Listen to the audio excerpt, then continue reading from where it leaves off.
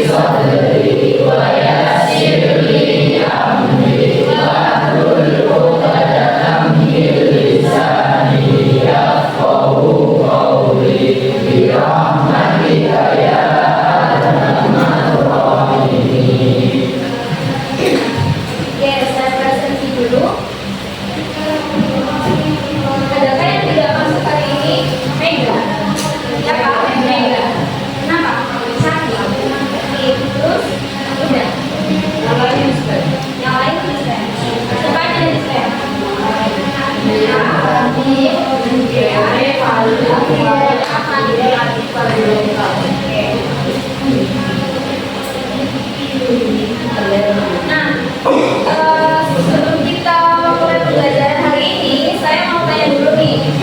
Kemarin kita belajar terkait dengan materi apa?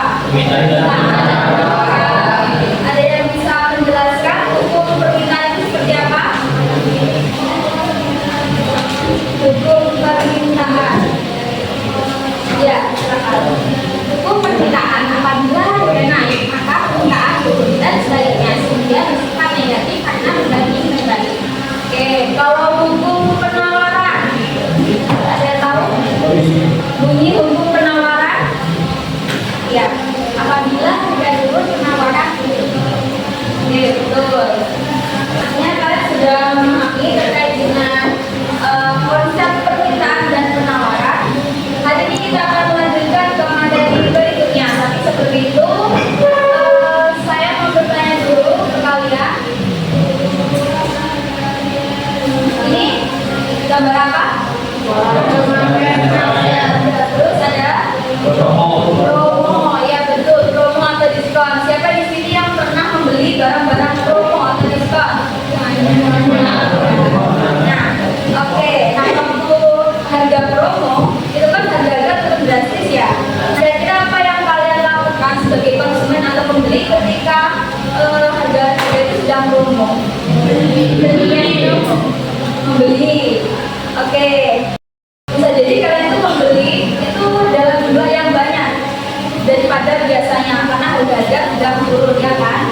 Nah, jadi bisa disimpulkan bahwasanya kalau harga sedang turun maka permintaan akan satu barang itu cenderung meningkat seperti itu. Bisa jadi ketika harga itu sudah tidak diskon kembali naik, permintaan kalian akan kembali turun gitu. Di sini bisa kita lihat betapa besarnya perubahan harga itu mempengaruhi jumlah barang yang diminta atau ditawarkan. Inilah yang dinamakan dengan konsep elastisitas. Jadi hari ini kita akan membahas terkait materi apa? Elastisitas, betul. Kita akan membahas terkait materi elastisitas. Adapun tujuan pembelajaran kita pada hari ini yaitu yang pertama diharapkan kalian mampu memahami konsep elastisitas permintaan dan juga penawaran. Kemudian kalian juga diharapkan mampu menghitung elastisitas permintaan dan juga penawaran. Apa sih itu elastisitas? Seperti yang sudah saya singgung. Jadi elastisitas ini pada intinya itu bertujuan untuk mengukur kepekaan perubahan harga terhadap jumlah barang yang diminta dan juga ditawarkan.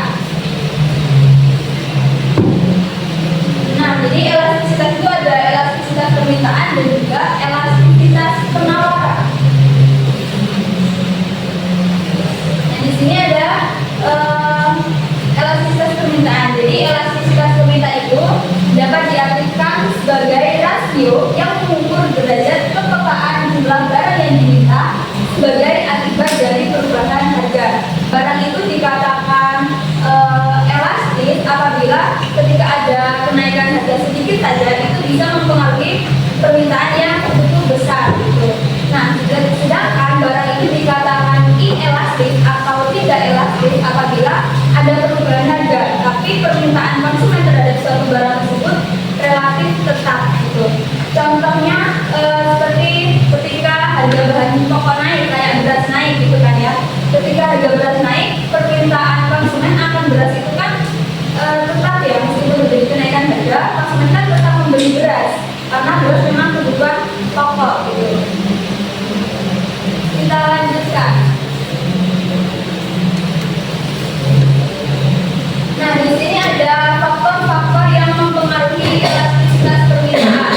Faktor yang pertama yaitu ketersediaan barang substitusi. Jadi barang substitusi itu sifatnya elastis. Jadi ketika banyak barang substitusi, barang substitusi kemarin apa? Ada yang masih ingat? Barang substitusi itu adalah ya betul, barang substitusi atau barang pengganti. Jadi ketika banyak barang substitusi atau barang penggantinya, maka bisa dikatakan barang tersebut itu semakin elastis gitu, dan juga sebaliknya. Kemudian yang kedua jumlah pendapatan yang dibelanjakan. Nah, semakin besar jumlah pendapatan yang dibelanjakan, maka sifatnya itu akan semakin elastis dan juga sebaliknya. Kemudian faktor yang ketiga yaitu ada jenis barang. Jadi ada kebutuhan pokok atau kebutuhan primer, dan juga ada kebutuhan mewah atau kebutuhan tersier. Nah, di mana kebutuhan pokok atau kebutuhan primer itu sifatnya elastis apa inelastis? Inelastis, benar. Jadi kebutuhan pokok seperti yang saya contohkan beras tadi, kalau ada kenaikan harga itu kan permintaannya tetap, berarti itu sifatnya inelastis. Beda sama kebutuhan barang-barang mewah kayak misal emas. Kalau emas itu sifatnya elastis, jadi kalau ada kenaikan harga sedikit saja maka permintaan konsumen akan barang tersebut meningkat secara drastis gitu. Dan ini bisa dipahami ya. Oke, kita lanjutkan. Nah, jadi materi tentang elastisitas nanti kalian akan banyak menemui soal-soal terkait dengan perhitungan. Jadi tentunya kalau perhitungan ada rumusnya kan. Rumus elastisitas baik itu elastisitas permintaan maupun elastisitas penawaran itu rumusnya sama. Jadi bedanya dengan kalau elastisitas permintaan itu kan ED, kalau elastisitas penawaran ES gitu. Jadi rumus dari elastisitas itu terutama elastisitas permintaan yaitu EB sama dengan P per Q delta P per delta dikali delta Q per delta P. Jadi segitiga itu bacanya delta atau perubahan. Nah, di mana EB sendiri yaitu elastisitas permintaan, kemudian P atau price itu adalah harga awal, kemudian Q atau kuantitas itu adalah jumlah permintaan awal, kemudian delta Q itu adalah perubahan jumlah permintaan, dan delta P adalah perubahan harga. Nah, cara mencari perubahan ya, misalkan perubahan harga itu caranya adalah harga akhir dikurangi harga awal. Jadi delta itu kayak selisihnya gitu, atau perubahannya.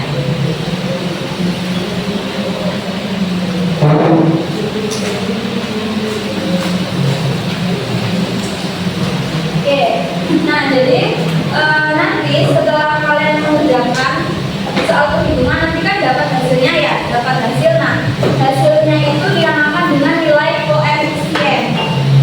Setelah dapat hasilnya, nilai koefisiennya berapa, kalian analisis kira-kira masuk ke jenis inelastis sempurna, inelastis, elastis unidad, elastis ataupun elastis sempurna.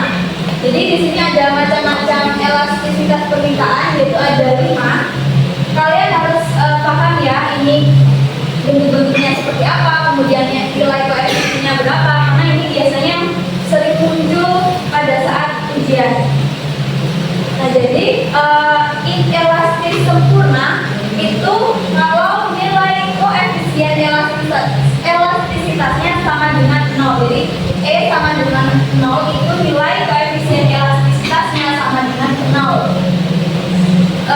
Contoh gambar kurvanya seperti itu, tegak vertikal, itu dinamakan inelastis sempurna. Kemudian yang selanjutnya ada kurva inelastisitas. Jadi kalau kurva inelastisitas ini nilai koefisiennya kurang dari 1. Kalau kurang dari 1 masuk ke jenis elastisitas inelastis. Contoh barangnya kayak tadi ya, kayak barang-barang pokok gitu. Nah, kemudian yang selanjutnya ada elastis uniter. Kalau elastis uniter itu nilai koefisiennya sama dengan 1. Kemudian yang selanjutnya ada elastis. Kalau elastis itu koefisien nilai koefisien elastisitasnya itu. Yang terakhir ada elastis sempurna, itu nilai koefisien elastisitasnya adalah tak terhingga. Jadi nilai koefisien elastisitas itu dimulai dari angka 0 sampai tak terhingga. Di mana semakin kecil nilai koefisiennya itu menunjukkan bahwa barang tersebut semakin tidak elastis atau bisa disebut dengan inelastis. Nah, semakin besar nilai koefisien elastisitasnya itu menunjukkan bahwa barang tersebut memiliki tingkat elastisitas yang besar.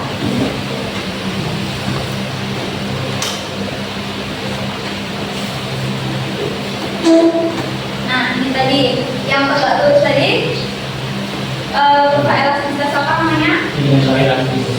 Ya betul, inelastis sempurna. Oke, nah di sini ada contoh soal tentang elastisitas. Kita baca soalnya.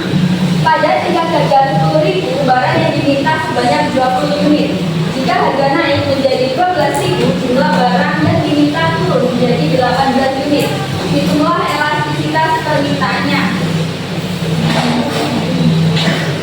Nah, kita tulis dulu. Untuk menjawab soal tersebut, kita tulis diketahui P-nya berapa? 10.000. Kemudian I-nya 20. Kalau delta P-nya berapa? 12.000. Ya, 12.000 dikurangi 10.000. Jadi delta P-nya adalah harga akhir dikurangi harga awal. Jadi 12.000 dikurangi 10.000 sama dengan 2.000. Kemudian delta I-nya sama dengan 18 dikurangi 20 sama dengan 2, berarti 2. Nah, lalu yang ditanya di sini adalah elastisitas permintaan. Elastisitas permintaannya sebetulnya ED sama dengan ED rumusnya gimana? Rumus elastisitas P per V dikali delta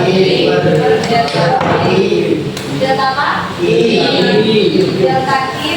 per delta P. Nah, di sini kita masukkan nilainya. P-nya berapa? 10.000 per I-nya 20 dikali delta I-nya 32 per delta berapa? 2.000.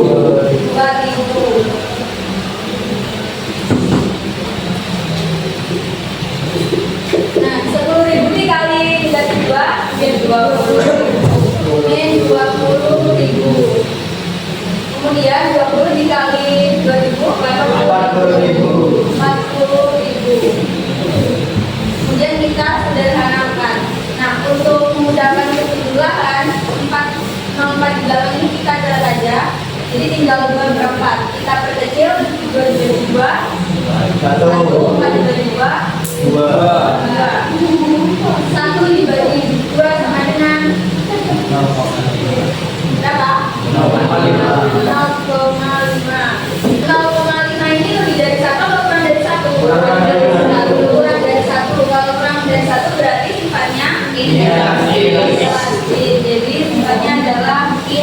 elastis.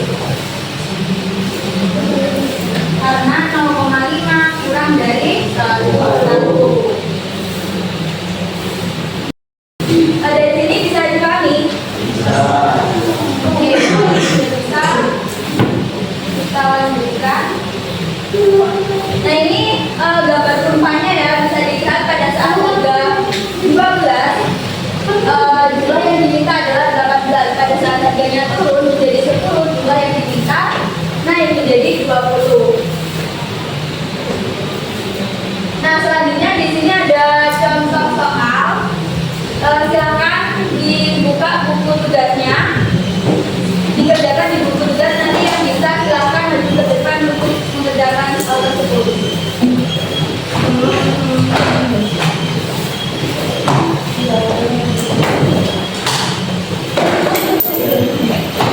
Mungkin sudah ada yang selesai. Baik, kalau sudah silakan dikerjakan di depan.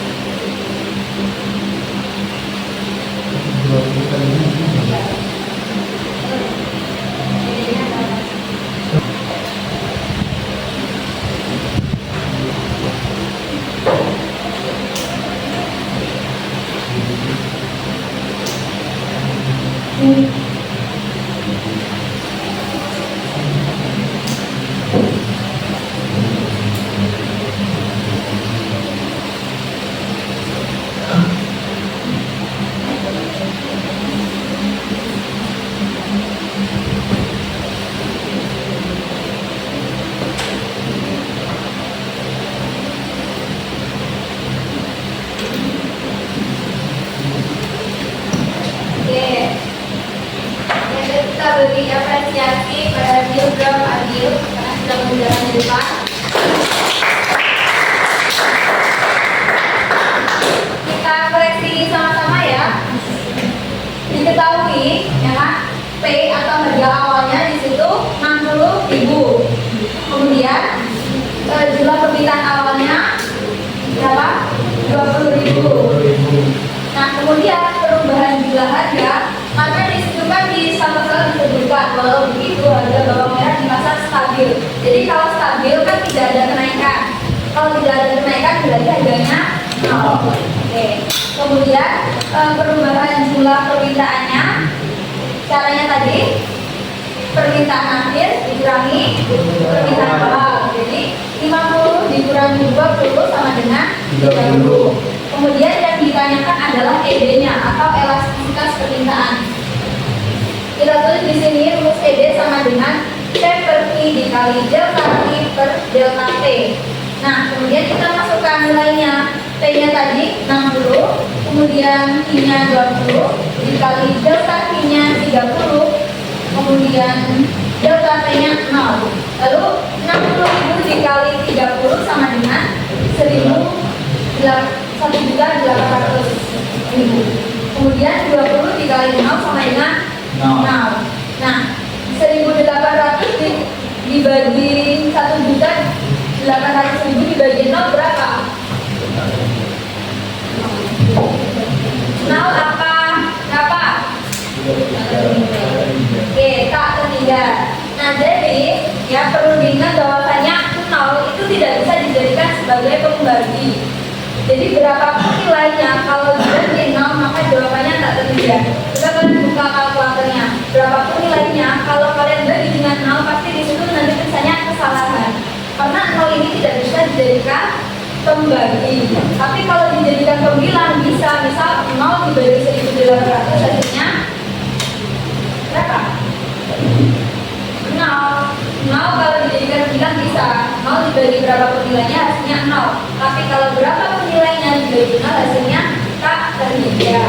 Nah kalau tak terhingga berarti elastisitasnya bersifat elastis sempurna. Oke, jadi betul ya seperti ini.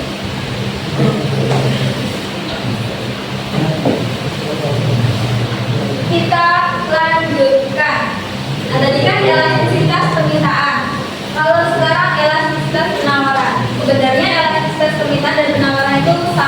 aja, asal kalian itu paham konsep dari permintaan dan juga penawaran. Rumusnya sama, permintaan sama penawaran sama, cuma bedanya kalau permintaan kan EB, kalau penawaran ES. Oke, sudah dari sini mungkin ada yang ditanyakan nggak? Sudah paham? Ya. Oke, kalau sudah paham, ada tugas. Tugasnya silakan dikerjakan di buku tugas. Saya bagi soalnya.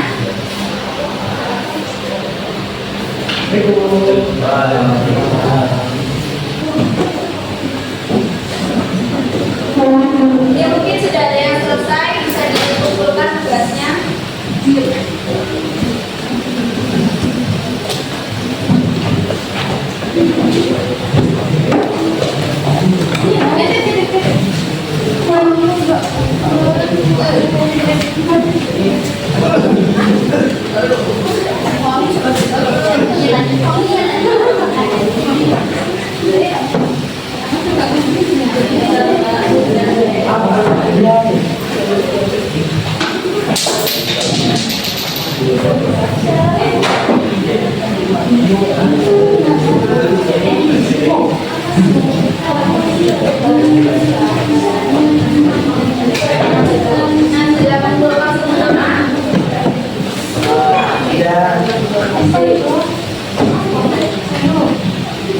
Nah di sini untuk mengetahui seberapa besar kalian memahami materi ini, ada prosesnya pakai aplikasi Kahoot.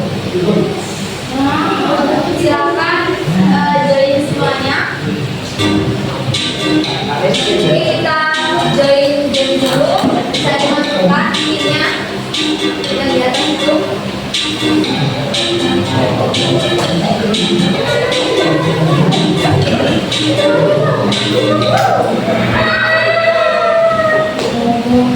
Gak apa-apa.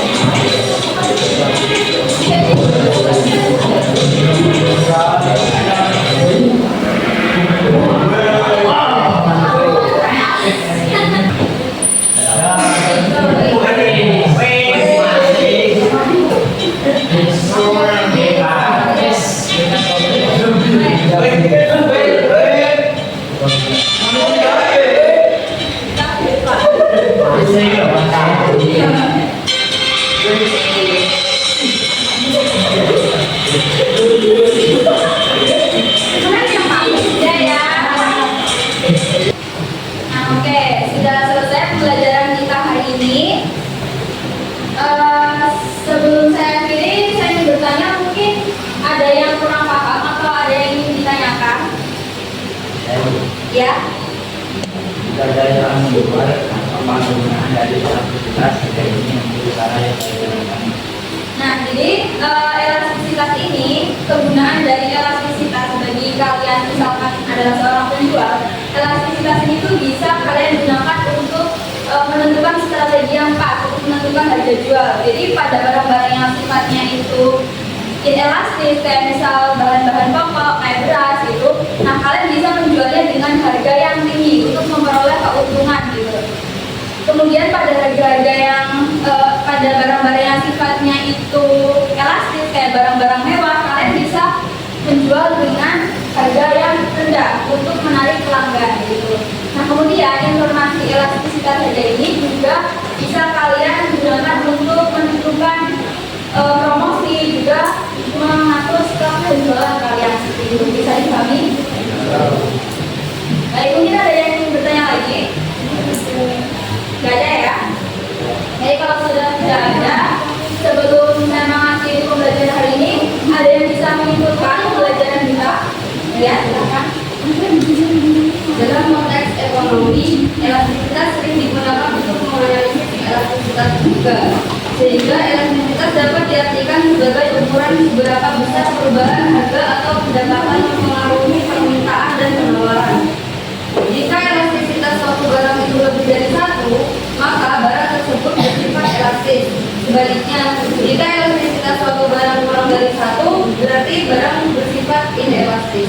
Oke, terima kasih. Jadi betul ya. Jadi dengan kita mempelajari elastisitas ini, bisa kita mengetahui bahwasanya elastisitas ini bisa kita gunakan untuk mengukur gitu seberapa besar perubahan harga itu mempengaruhi permintaan dan penawaran. Nah, mungkin dicukupkan segini dulu. Ya, untuk tugas minggu depan, silakan dibuka Google Classroom-nya. Tugasnya sudah saya share di situ. Mungkin cukup sekian. Untuk mengakhiri pembelajaran hari ini, silakan kepada ketua kelasnya dibimbing doa.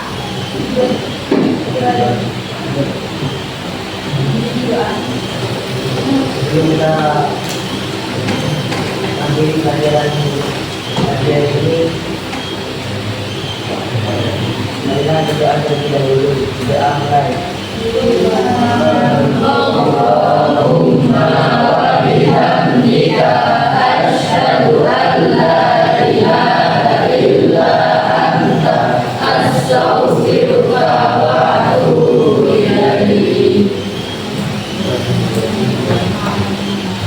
Baik, terima kasih atas partisipasi kalian dan kehadiran kalian pada pembelajaran hari ini. Saya akhiri. Wassalamualaikum warahmatullahi wabarakatuh.